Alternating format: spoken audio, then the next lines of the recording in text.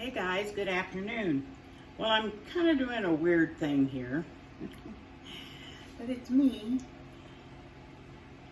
For the last year and a half or more, I've been making butter every week since we buy raw milk, skim the cream off, and I make butter. And from there, I turn it into ghee and, liquid gold. Well, I've just been keeping it in my refrigerator because I knew it would last for years in the refrigerator. But then I've been doing a lot of research and I need to get it out of my refrigerator. And from what I understand, is if you can it, it's shelf stable for 5 years. And that's sure gonna help me out a lot. So I brought up all the ghee. I have a very large stock pot here. You can probably see how full it is. And I have spent the afternoon, putting the jars of ghee in here and slowly bringing it up for them to melt. I have a lot. That's all I'm gonna say. So I'm going to start out with putting in quarts and then pints, and we'll see what I have. But the first thing I'm going to do is fill 7 quarts. And I've never done this before, but like pickle jars with the button lid, I'm going to try using those. I've got 2 of those. I've got to save my jars for, hopefully, I get some stuff out of my garden. I've washed and rinsed my jars well. They are in the oven now, getting hot. I've got my lids sitting over here on the side and the rings. If you pressure can more than 10 minutes, you really don't need them to be sterile. But in my opinion, the most important thing is that you not get any water. Now this is already clarified butter, so I don't have to go through that process. This mess in the back, but today, since the temperatures were under 100, I've got to make bread and I've got a couple other projects going. Oh well. So let me get my jars out of the oven and I'm going to do a couple at a time and I'll show you how I'm going to do this. What I've got here are my hot jars. They're sitting right here. I'm using a metal funnel. My ghee is very hot right now. Like I said, it was already clarified, so I don't have to go through that. And over here, right in front of you, I have my pressure canner, and the water is heating up. And so I'm gonna get going. I wanna get this started. It's already 5 o'clock in the afternoon, and I got a couple other things I gotta do. Instead of using a ladle, I'm gonna see if it'll work for me to use my glass measuring cup like I always do. I guess I'm just too messy. But there's that beautiful liquid gold.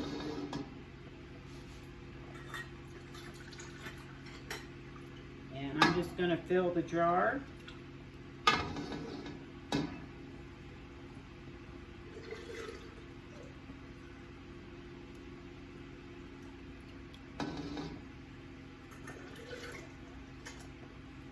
I'm gonna leave 1 inch headspace.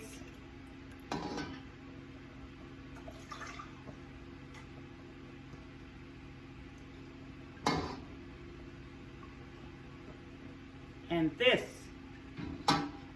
is why I prefer using the measuring cup instead of a ladle. I decided to move you over here so you could see what I was doing because after all, my pot was blocking everything. So I've already filled that first jar. Like I said, I've got hot jars coming right out of the oven. And the main reason I put my jars in the oven was not just to heat them, but I wanted to make sure they were good and dry and there was no water.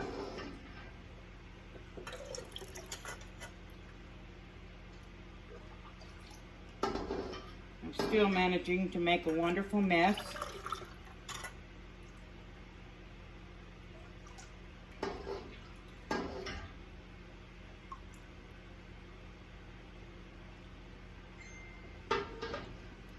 Okay, 1-inch headspace brings it down. It comes to about the bottom ring on the bottom lip here on your quart jars. So now I'm going to take and wipe the butter off because it is a fat. If you don't get all that off, you won't get a good seal. Okay, in my little cup here, this is white vinegar. I've got a clean paper towel, and I'm very carefully going to clean the rim off, making sure that I don't get any of this vinegar down in the ghee. At the same time, I'm feeling for any chips or cracks. And after I go over with the vinegar, I'm going to come back again with the dry paper towel and just make sure I get all that fat off. I'm using my 4 jars canning lids. I love these things. Okay, as with all metal lids, you put the lid on and tighten the ring down finger tight, and into the canner it's going to go.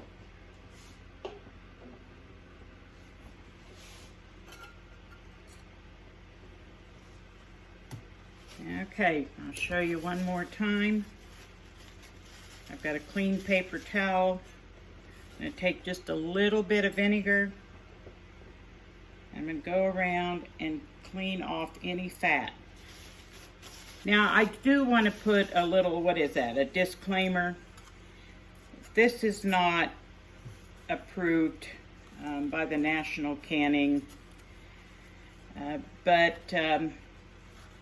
I guess we'll call it rebel canning. I've watched many people do this. I've done some reading on it. All right, I've got that clean, made sure there's no fat. Have a clean 4 jars lid. Gonna set that on there. This hot jar is hot, finger tight, and into the canner. Wowza. Okay, I've got 5 more quarts I'm gonna fill.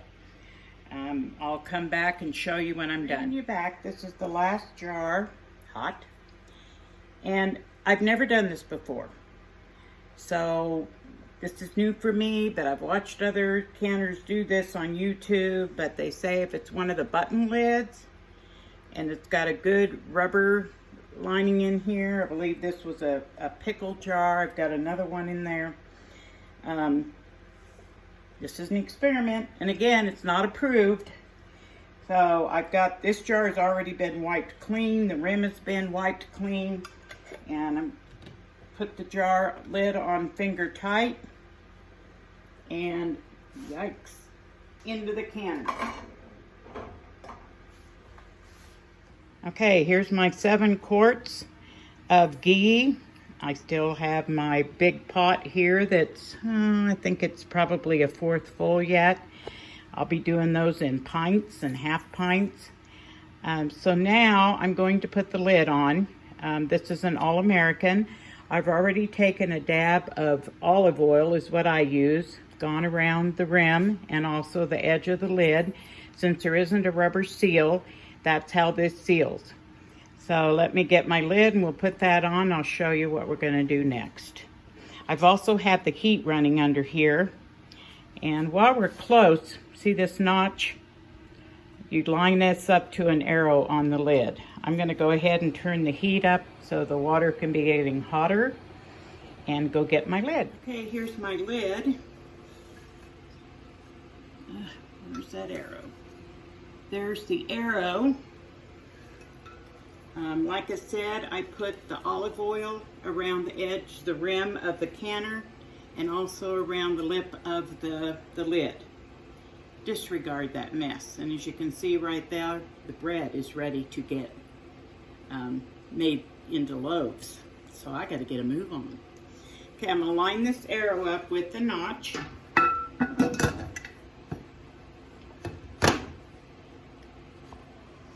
Go down here.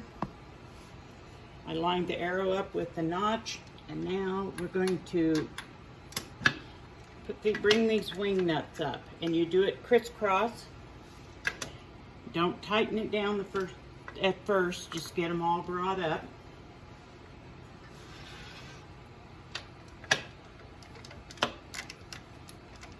Okay, after all 6 of them are up, go around, tighten them down so you get a good seal.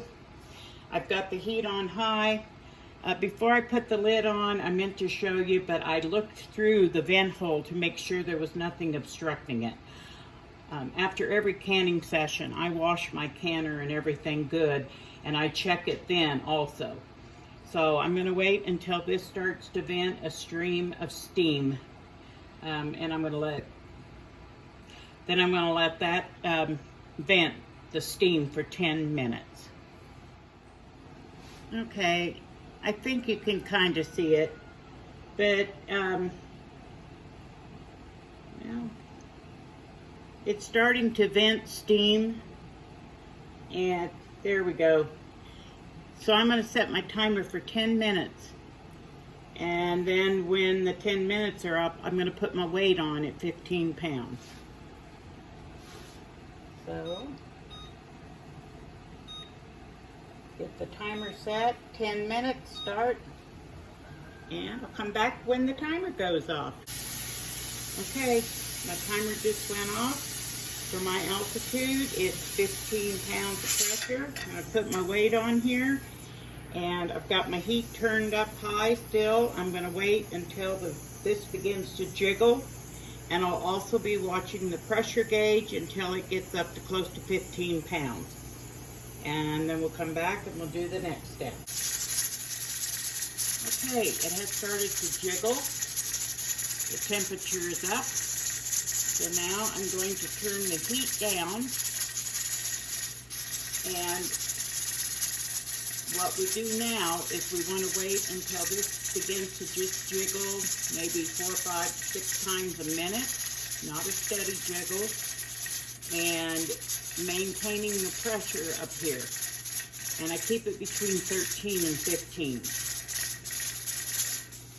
After you've done this enough, you'll know that sweet spot on your stovetop where you have to set your flame. So I'm going to keep an eye on this. Once I get it adjusted to where I know the pressure's being maintained, then I'm going to set my timer for 90 minutes. Okay, well, it's done. The timer went off after 90 minutes, so I shut the heat off, and I've let it come down to 0 pressure. Still kind of warm, but I'm going to go ahead and take them out because I've got to do the same thing with pints. The only difference between the quarts and the pints is going to be that the pints take 75 minutes. So you want to do it, since it's a fat, you want to do it just like you would a meat. I want to remind you of the 4 jars canning lids. I have been very happy with these. I'd have to go back and check for sure how long I've been using them, but I use them all the time. These are my new favorite lids, and they really are very well made. So the information will be down in the description below on how you can get a 10% discount using my code Farmer's Wife. Happy canning!